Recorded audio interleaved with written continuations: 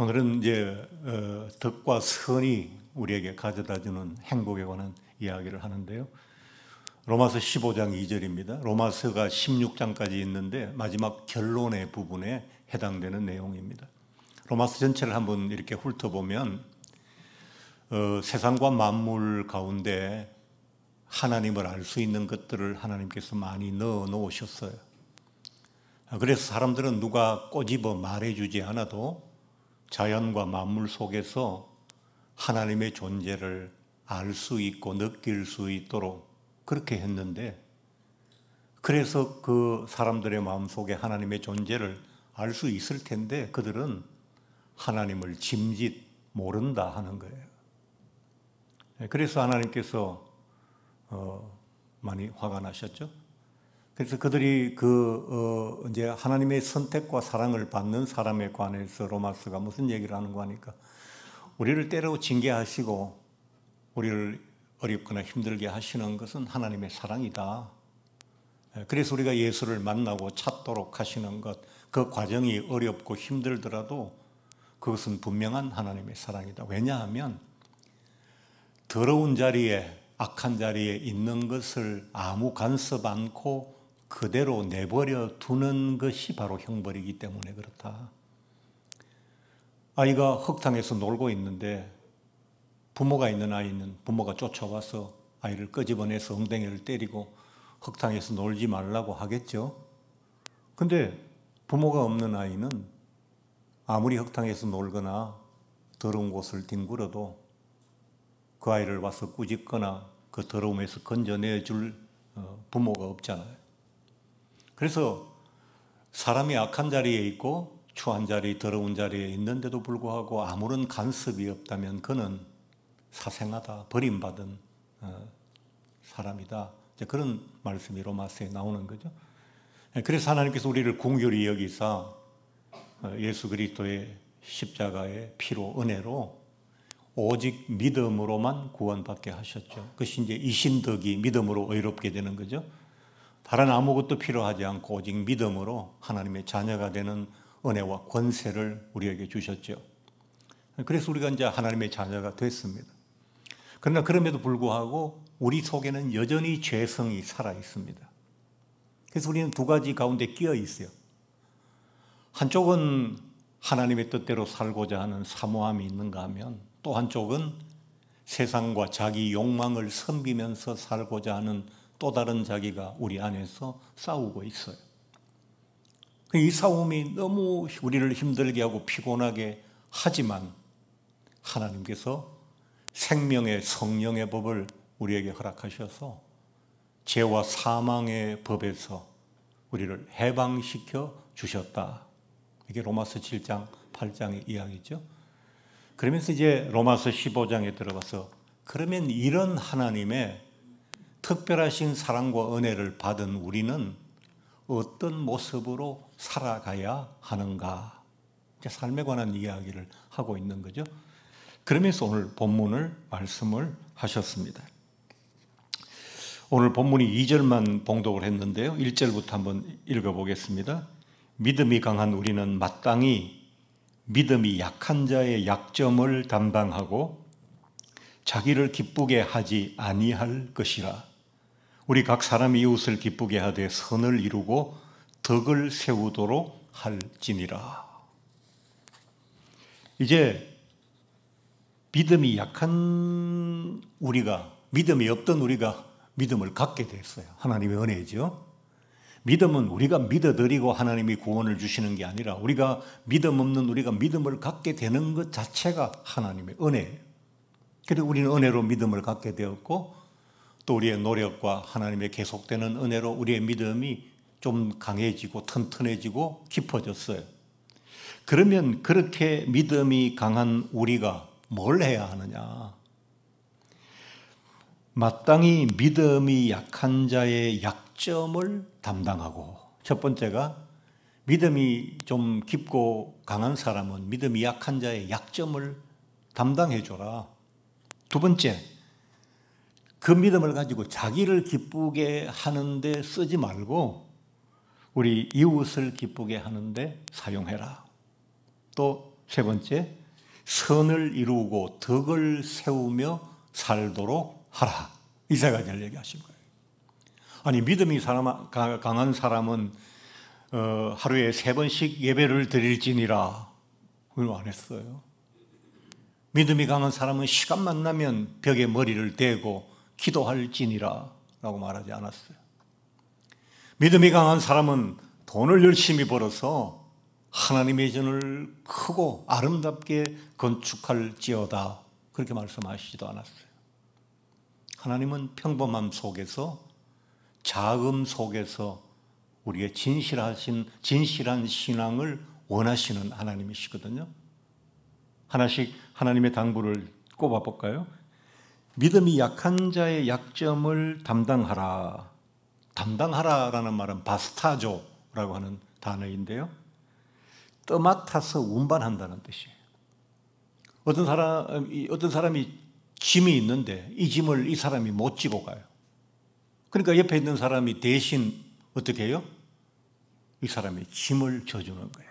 자신의 짐처럼 지고 가는 거예요. 담당한다는 게 그거예요.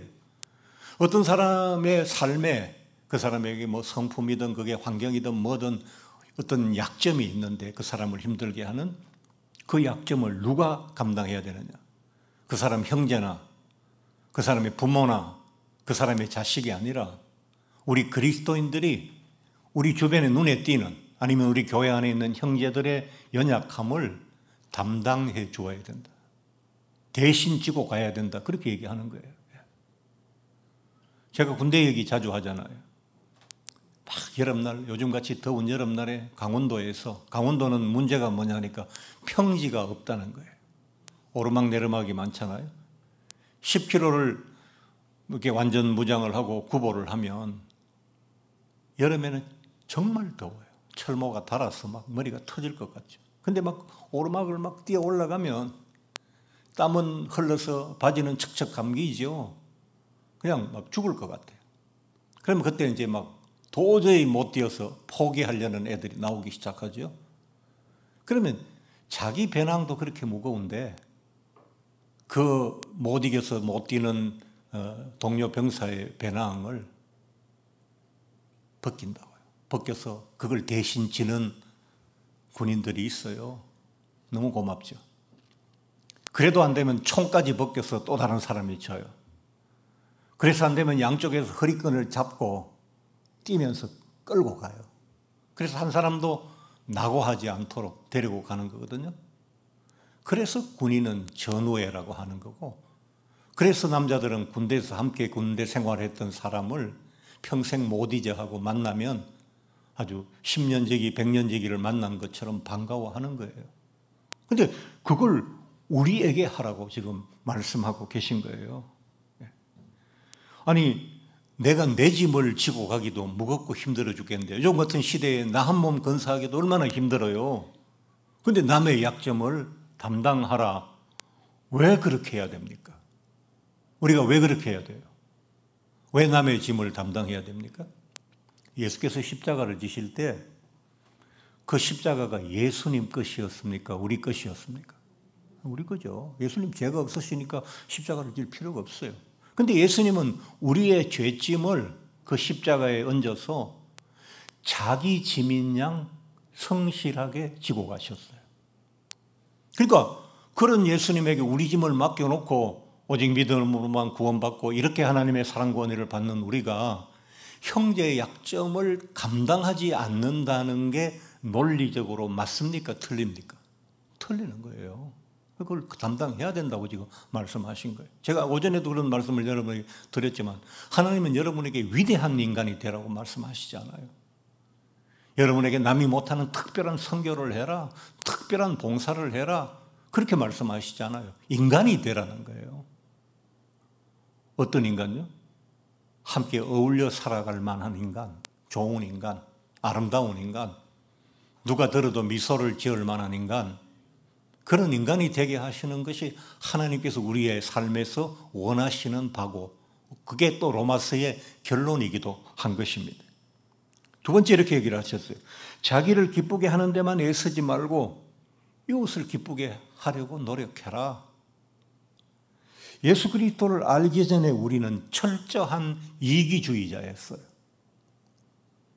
저도 예수님 만나기 전에는 어려서 24살에 사업을 했으니까 돈 많이 벌어서 나 혼자 잘 사는 거 꿈꿨죠. 근데 그렇게 열심히 4년간 하던 사업을 예수님 만나고 나서 목사 돼야 되겠다고 하루아침에 던졌어요. 그러니까 우리가 예수님을 알기 전에 우리는 철저한 이기주의자였는데 예수님을 그리스도를 알고 난 후에는 그분의 이타적인 자기를 버려서 사람을 구하고 사랑하고 그들을 섬기시는 모습을 보면서 우리도 그렇게 살아야 한다는 성령의 강력한 충동이 우리 안에서 일어나요. 예수를 처음 믿고 나면 되게 순수할 때잖아요. 말씀대로 다 해요. 근데 그렇게 하면서 살아가다 보면 이렇게 하다가는 내가 없어지겠다는 마음이 한 번씩 들거든요. 그래서 우리가 자꾸 타협하는 거예요. 조금 덜 하자. 예수 믿고 처음 부흥회 할 때 막 강사 목사님이 헌금할 사람을 막 제일 앞에서 손들고 막 그랬는데 그러고서 1년 동안 그 헌금 작정한 거 갚느라고 고생을 하고 보니까 그 다음 주간에 이제 너무 나서지 말아야 되겠다. 또 조심이 되잖아요. 그래서 막 뒤에서 그냥 중간쯤 손을 들어서 조금 적게 하고 그것도 힘들어요. 그 다음에는 막 뒤에서 있다가 그 다음에는 막 헌금 작정할 때쯤 되면 막 화장실에 갔다가 한참 있다가 들어오고 그리고 자꾸 타협하면서 예수님에게 배웠던 이타적인 삶에 자꾸 이렇게 이기적인 삶으로 다시 원위치 되는 거예요. 고무줄을 막 힘있게 당기면 쫙 늘어나서 막 멀리까지 갔다가 조금만 힘이 약하면 다시 제자리로 당겨가잖아요. 우리가 그래요. 하나님의 은혜라고 하는 강력한 힘이 우리를 당길 때는 막 예수님 쪽에 가까이 가서 거의 예수님과 한 몸이 된 것 같은데 어느 순간 퍽 당겨가지고 어디로 가요? 세상과 이기적인 우리 자신으로 되돌아가 있을 때가 너무 많다고요. 그래서 지속적으로 하나님의 말씀을 들어야 되고 성령의 충만함을 유지하려고 노력해야 되고 그래서 우리가 그런 신앙의 자세가 필요한 거죠. 세 번째, 이웃에게 선을 베풀고 덕을 세우라. 세상에는 선이 없습니다. 오직 하나님만이 선하신 분이죠. 그런데 우리가 예수의 피로 거듭나고 선하신 하나님과 교통하면서 우리도 선이 무엇인지 알게 되었어요. 여러분, 선하게 되는 가장 좋은 방법은 선을 행하는 것입니다. 우리가 알고 있는 말 한마디, 한국 사람이 영어를 못하는 걸 글로만 배우고 눈으로만 배워서 그렇다 그런 말 누가 하는 걸 들었는데 굿모닝 하나 배우면 하루 종일 돌아다니면서 그냥 만나는 사람마다 굿모닝 하면 그게 입에 익을 텐데 아침 인사는 굿모닝이구나 알고 머리에만 저장하고 하지 않으니까 필요할 때 말로서 나오지 않는 거잖아요. 그런 것처럼 우리가 하나님의 말씀을 가장 오래 기억하는 방법은 그것을 즉시 행동에 옮기고 반복하면 말씀이 살아 역사하는 삶이 될 수밖에 없는 거죠.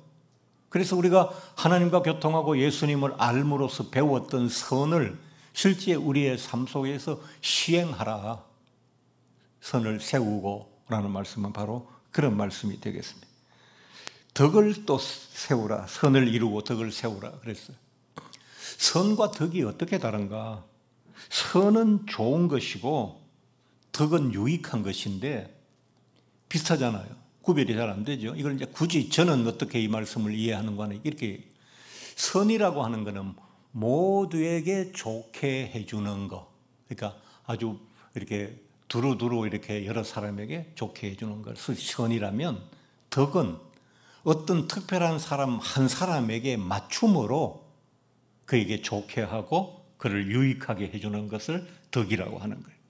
그러니까 우리는 모두에게도 잘하고 어떤 특별한 사람, 더 연약한 사람도 있을 것이고 또 더 부족한 사람도 있을 것이고 이런 사람들에게는 거기에 맞게 그에게 실제적인 도움이 되도록 뭔가 좋은 것을 베풀 때 그것을 덕이라고 말하는 것이죠. 여름에 큰 느티나무 하나가 동네 어귀에 서 있으면 온 마을 사람들이 그 밑에 와서 한여름을 시원하게 보냅니다.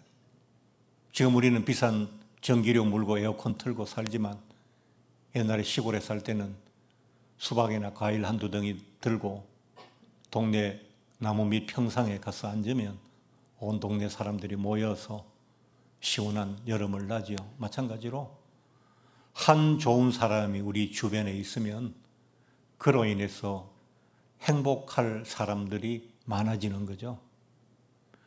우리 선일교회가 여기 이곳 신현동에 자리해서 신현동이 오포가 행복해지는데 조금이라도 도움이 될 수 있다면 우리는 좋은 교회가 되고 선을 세우고 덕을 이루는 그런 아름다운 교회가 되겠죠.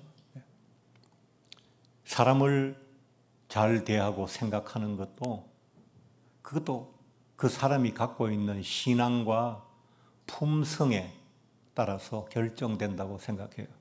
제가 전에도 한번 말씀드렸습니다만 제가 젊은 시절, 지금으로 한 30년 전이죠. 그때 나이 48밖에 안 된 젊은 집사님이 딸 둘, 아들 하나, 아내를 두고 간경화를 너무 심하게 앓아가지고 간 말기 환자가 됐어요. 간이 이제 얼굴이 막 노랗게 되다가 간이 막 정말 마지막으로 나빠지만 얼굴이 시커멓게 흑갈색이 돼요. 그래서 막 간이 나쁘니까 배에는 복수가 차가지고 배가 이 가슴 막 갈비뼈인데 오래 간 질환을 앓는 분은 이제 영양을 제대로 섭취하지 못하니까 음식도 잘 못 먹고 그러니까 그냥 말라요. 사람이 뼈만 남았어요. 완전히 뼈만 남아요. 근데 그 뼈만 남은 몸에 배에 물이 차가지고 막 마지막 그 산딸에 아기 출산하기 전에 여인처럼 막 배가 막 이렇게 부르니까 삐쩍 마른 몸에 배가 너무 복수가 차서 부르니까 그 혈관 하나하나가 막 배에 퍼렇게 막 주리가 있어요. 그러니까 그 물이 그렇게 많이 몇 리터씩 차 있고 뽑아내면 또 물이 차고 뽑아내면 또 물이 차고 하니까 얼마나 괴롭겠어요. 근데 간이 너무 나쁘면 이제 혈관이 터지기 시작하는데 이게 목 안에 있는 식도정맥이라고 그 식도 뒤쪽에 있는 그 정맥이 제일 약해서 거기가 터져요. 그러면 목에서 식도정맥이 터져서 막 피가 꽉 고이면 울컥하고 쏟아내면 막 피가 그냥 꽉 하고 쏟아져 나오는 거예요. 그러니까 그걸 막 닦아내지를 못하니까 병원에서 비닐을 사람 양옆으로 쳐가지고 이렇게 빗물 받을 때 왜 비닐 쳐가지고 받는 것처럼 해서 밑에다가 큰 쓰레기통을 하나 놓고 이렇게 받쳐놔요.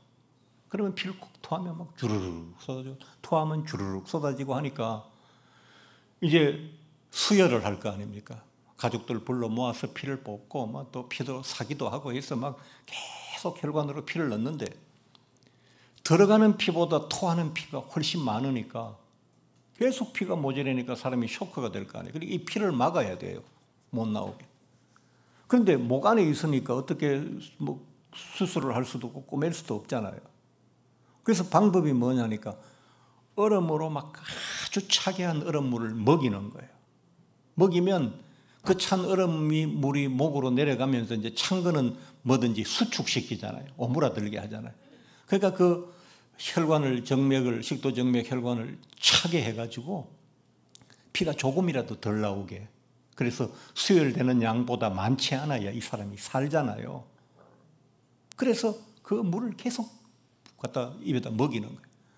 안 그래도 복수가 차가 배가 막 이렇게 풍선처럼 곧 터질 것 같은 배에 계속 물을 먹이니까 이 사람이 얼마나 힘들겠어요. 그걸 제가 35인가 36밖에 안 된 제가 그 옆에 있었다고요. 그것도 하루 이틀이 아니고. 그럼 이 사람 힘을 줘야 되는데 뭐 그렇게 아픈 사람을 붙들고 기도할 수는 없고 그래 제가 옆에서 너무 답답하니까 찬송을 불렀어요. 찬송가를 막 앞에 1장부터 아는 거를 그냥 하나하나 은혜로운 찬송가를 골라서 계속 부르고 있었어요. 그런데 막 그렇게 힘든 이 집사님 저를 목사님 하고 불렀어요.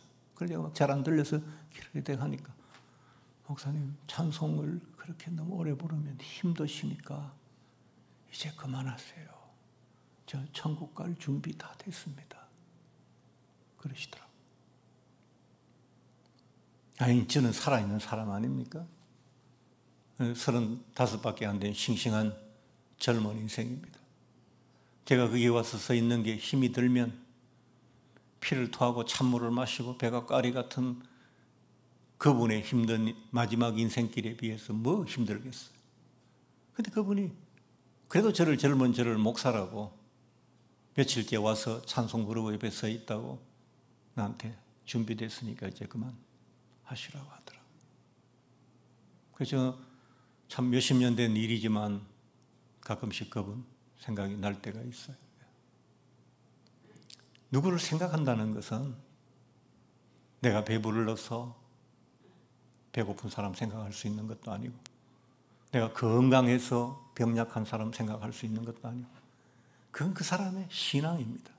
신앙이고 인격이고, 그 사람이 예수를 어떻게 만났느냐에 따라서 자기의 삶과 전혀 상관없이 그는 다른 사람에게 선과 덕을 베풀 수 있는 사람이 되고, 그런 사람이 우리 주변에 있으면 많은 사람이 행복한 겁니다.